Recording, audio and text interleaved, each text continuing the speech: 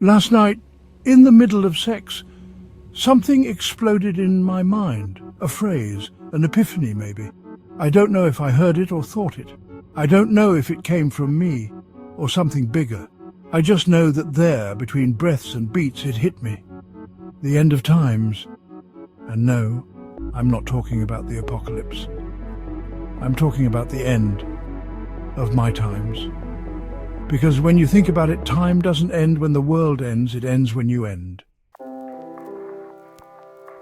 Everything else can keep going. The sun can rise tomorrow, rivers can flow, the world can continue its usual chaos. But if you're not here, does anything truly continue?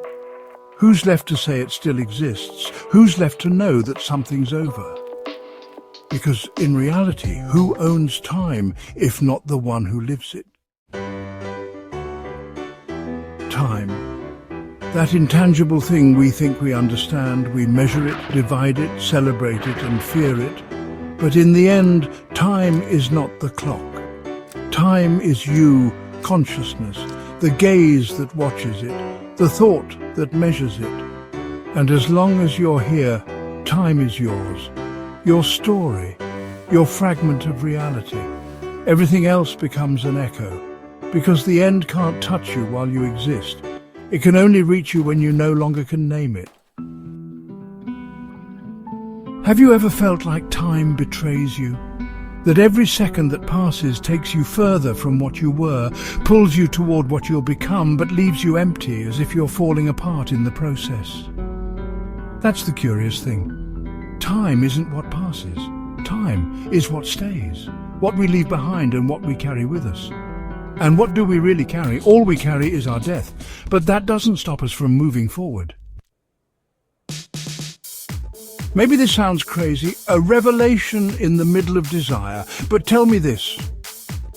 Isn't it in the extremes where truth happens? Isn't it in death that we understand life? And in pleasure where we feel the abyss? It's in that instant, that eternal instant, where there is no present, only the clash between what we were and what we will be, when we understand that time doesn't wait for anyone, not for us. And yet we're still here. Who defines the end? Is the end of your life, or the end of your perception of time? Because if it's not the end for you, it's the end for so many other things. But as long as you're here, as long as you're still conscious, there's no end. The end can only become real when there is no more consciousness, when presence dissolves. Maybe it wasn't a phrase, maybe it was a warning, or maybe it was a test. One of those that you only understand if you survive yourself. Because truth is never simple. Truth is a long shadow, a reflection that shifts as we move forward. I'm still here, and as long as I'm here there can be no end. Because time, that traitor that never stops, that lover that never gives itself, cannot exist without me, and I'm not gone yet. Time waits for no one, but without me, who cares if it keeps going?